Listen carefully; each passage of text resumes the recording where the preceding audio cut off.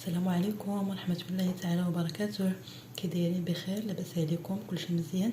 نتمنى ان شاء الله تكونوا كاملين بخير وعلى خير.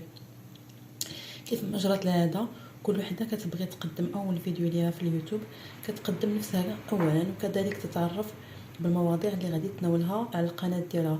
لهذا وبما انه الفيديو الاول ديالي هذا، غادي نعرفكم على نفسي. معكم فاطمه الزهراء، ربة بيت، عاشقه للطبخ المغربي البلدي بامتياز، وكذلك الوصفات الطبيعيه العلاجيه والوصفات الطبيعيه التجميليه. المهم انا كنبغي اي حاجه كتعلق بما هو طبيعي. من طبيعه الحال الوصفات اللي انا مجرباهم واللي انا لقيت عليهم نتائج حسنه، وبما انني ام لاطفال كنهتم بهذا المجال بزاف، ومن الناس اللي كيحاولوا يتهربوا من شي حاجه سميتها الفرماسيان. وباش ما يدوش الفيديو ديالي خاوي، هاد الايام كنسمع بزاف باللي وليدات مريضين بالكحه، وكنمشي حتى للمدرسه وكنسمع تيقول الناس راه ولدي مريض بالكحه، راه شي وليدات ما كيجيوش كاع هذا لانهم مريضين باش ما يعادوش الاخرين. هذه كنعطيهم هاد الوصفه هاد ديال الكحه اللي غادي نقدم لكم اليوم ان شاء الله، واللي كيلقاو عليها يعني نتائج مزيانه، وكيتلاقاو بيا وتيقولوا لي زعما الله يعطيك الصحه راه جربناها وراه مزيانه. غادي نقدم لكم هذه الوصفه هذه اللي انا كنسميها من احسن الوصفات اللي انا العلاجيه بالنسبه للكحه. وعلى فكره البنات، هذه الوصفه هذه عطاها لي واحد طبيب من العائله اللي كنت نبقى نستشير معاه بزاف ملي كيمرضوا ولادي، وكيقول لي وكان تيعطيني هكذا دواء سيكوات. واحد الوقيته قال لي صافي هما باقيين صغار، بقيت دير لهم هذه الوصفه هذه، والحمد لله جربتها ولقيت عليها استحسان وكتنفعني وهذا.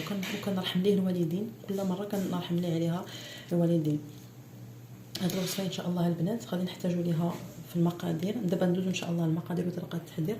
المقادير غادي نحتاجوا ليها كاس ديال العسل الحر بطبيعه الحال، كاس هكا كما كتشوفوا، كاس معمر، كاس لاروب. وكنحتاجوا ليها نص كاس ديال الزيت. هو كنعطيها هي بالمليمتر، داك الطبيب كنعطيها لي بالمتر، كان قال لي 180 مليلتر ديال العسل و120 ديال الزيت، يعني ناقصه عليها واحد 60 مليلتر. انا هكا كنخلطها بحال هكا تجي مزيانه هكا، تيبغيوها الدراري وكيشربوها مزيان زعما بلا ما نلقاو حتى شي مشكل. وفيها العصير ديال 3 الحامضات. هذه هي الوصفه كما قلت لكم، 180 مليلتر و120 مليلتر ديال الزيت و3 الحامضات. ولكن انا كندير هكا بالكويسات باش تجيكم سهله. هكا كاس تقريبا قل هكا داك اللاروب ديال العسل، نص كاس ديال الزيت، وكندير انا 2 حامضات، العصير ديال 2 حامضات. ما كنبغيش ندير 3 الحامضات على الوليدات باش تجيهم هي هذيك. وهكا في الصراحه كما كنديرها بهذه الطريقه كيشربوها لي ولاد، كتعجبهم وكيشربوها سواء فيهم الكحه سواء ما فيهمش الكحه. دابا ندوزو الطريقه. كناخذوا كاسرونه بحال هكا، كناخذوا كاسرونه بحال هكا، كنكبوا فيها هذاك العسل ديالنا،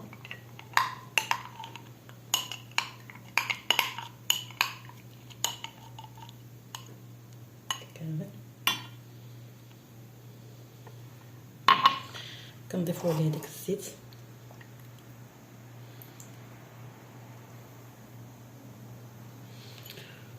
ونزيدوا هذاك الحامض العصير ديال 2 حامضات.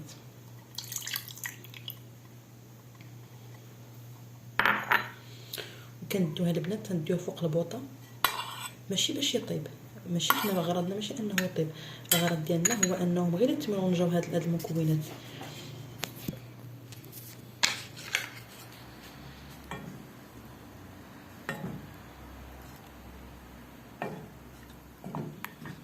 نحركوهم غير حتى يتمرونجاو،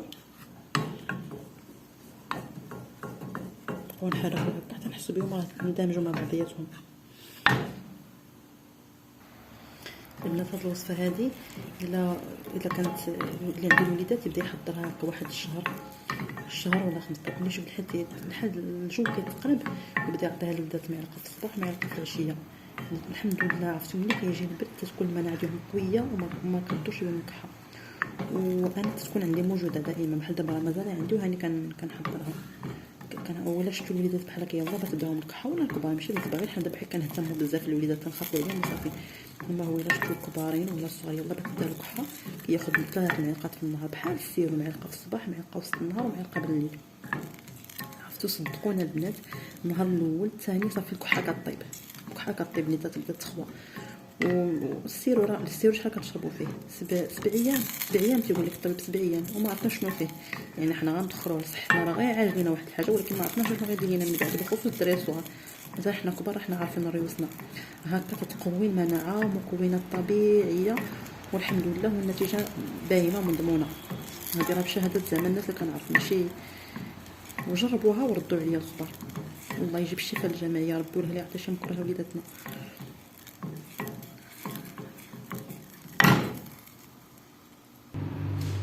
البنات ملي كنوصلوا كنحصل واحد السير بحال هكا هو كنخلي شتي ديال بحال السير تماما.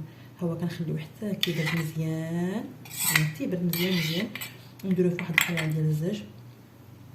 ونكبو على خويا في واحد القرعه ديال الزاج.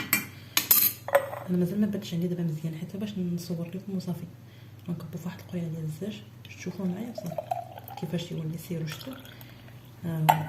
صافي ما نصداش تيبرد وغادي تبقاو تاخذوا منه كما قلت لكم على حساب واش الكحه يلاه باديه ولا الا كانت يلاه باديه كتاخذوا معلقه الصباح معلقه في العشيه ولا بتغلبوا عليها. المهم هذا طبيعي خذوا كما بغيتوا. المهم راه النتيجه كتحصلوا عليها صافي. نتمنى ان شاء الله تجربوا الفيديو، تجربوا الوصفه تجربوا الفيديو، تجربوا الوصفه وتلقاو عليها استحسان ان شاء الله وتنفعكم. يلا السلام عليكم، خليكم في امان الله.